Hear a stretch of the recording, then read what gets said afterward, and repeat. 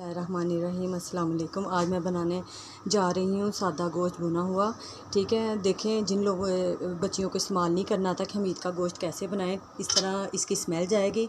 आज मैं आपको सारा बताने लगी हूँ। सबसे पहले हमने मटन या बीफ जो भी आपने पकाना है आपने लिया।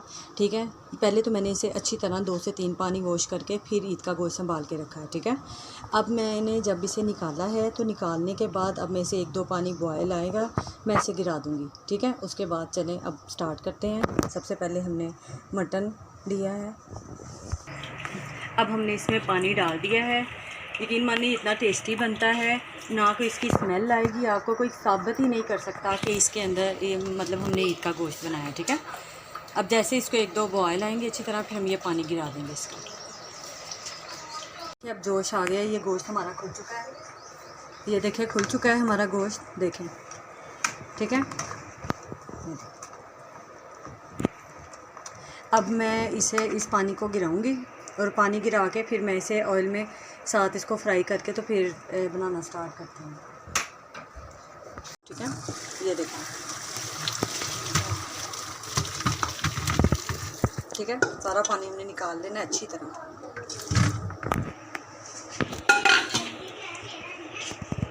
इसके अंदर से सारा पानी जो है निकाल देना, अच्छी तरह हमने वॉश कर लेना ताकि इसका कोई ज़र्रा कोई स्मेल कुछ भी ऐसा ना आ रहे ज़रा। ठीक है, आप देख रहे होंगे, नोट किया होगा, जो मैंने पानी गिराया है वो ज़रा सा भी रेड नहीं था, उसके अंदर कोई ब्रेड नहीं था। तो इसलिए कि मैंने जब इसको रखा था तो मैंने अच्छी तरह वॉश किया, जैसे आपको बताया। ये हमारा वॉश अच्छी तरह हो चुका है गोश्त मटन। ठीक है, अब हम एक चीज़ जिसमें हमने गोश्त को बॉयल किया है वो बर्तन को आपने अच्छी तरह वॉश कर लेना है। ठीक है, ताकि इसके अंदर कोई स्मेल ना रहे इस बर्तन के अंदर। ऑयल डालने के बाद हम इसमें ये डाल रहे हैं मटन। ठीक है, जो हमने अच्छी तरह से वॉश कर दिया था, इसको थोड़ा सा हल्का सा फ्राई हम करेंगे, ज़्यादा नहीं। ठीक है,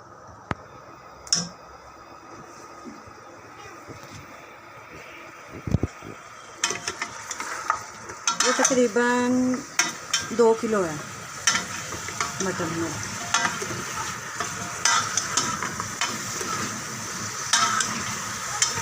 अब इसमें मैं लहसुन डालने जा रही हूँ, तकरीबन 2 गट्ठी है लहसुन हमने डाला है।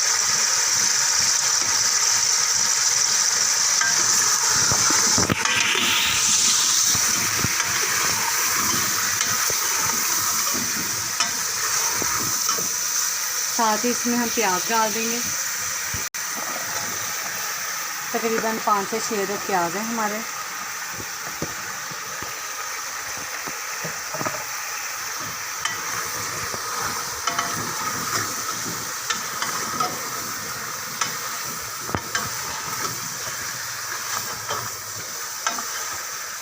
थोड़ा सा फ्राई होने के बाद हम इसमें 1 गिलास पानी डाल देंगे।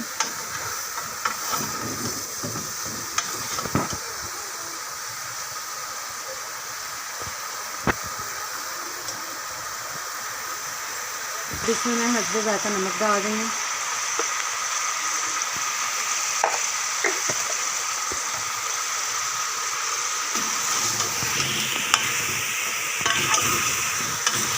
नमक मैंने इसलिए डाला है, नहीं तो ये जो हमारा मीट है या जो भी गोश्त वगैरह ये साथ चिपकेगा फ्राई करते हुए, इसलिए मैंने नमक डाला उसमें। और कुछ नहीं, मैं बाद में बाकी मसाले ऐड करूँगी इसके अंदर जब मैं भूनने लगूँगी। ठीक है, चलो ये हमारी चीज़ें फ्राई हो चुकी हैं, अब इसमें मैं पानी डालने लगी हूँ। तकरीबन 1 गिलास मैंने पानी डाला इसमें। हम इसे वेट लगाएंगे, अगर वेट नहीं लगाना तो तकरीबन फिर आप इसे गोश्त को पानी के बराबर भर दें और आधे घंटे 2 घंटे के लिए हल्की आंच पे रख दीजिएगा। फिर ये होगा कि फिर ये पक जाएगा। अब जैसे इसको जोश आएगा साथ ही हम वेट लगा देंगे, तकरीबन 15 मिनट। ठीक है, हम इसे वेट लगाने लगे।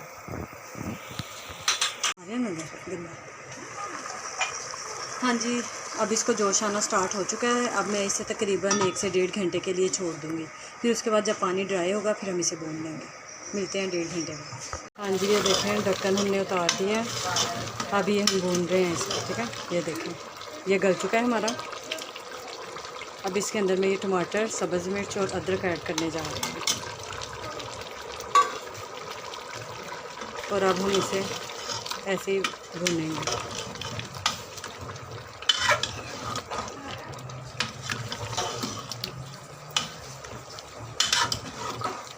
अब इसमें सुरख मिर्ची ऐड करने जा रही हूँ। अब हम इसके अंदर हल्दी ऐड करने जा रहे हैं।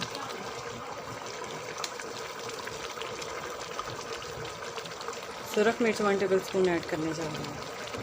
इससे बड़ा अच्छा टेस्ट आएगा।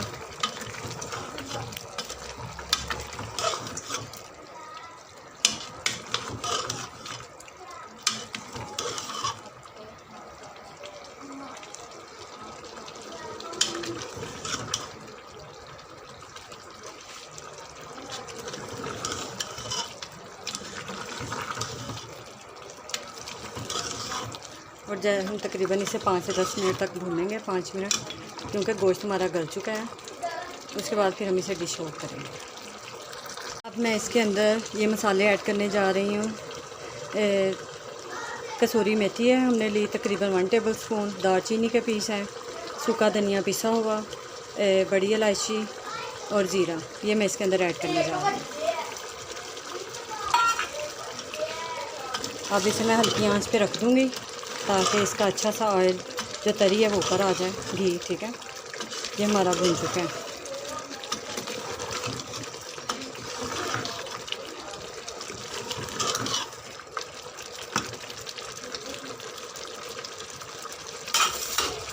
अब हम इसे डिश आउट करेंगे।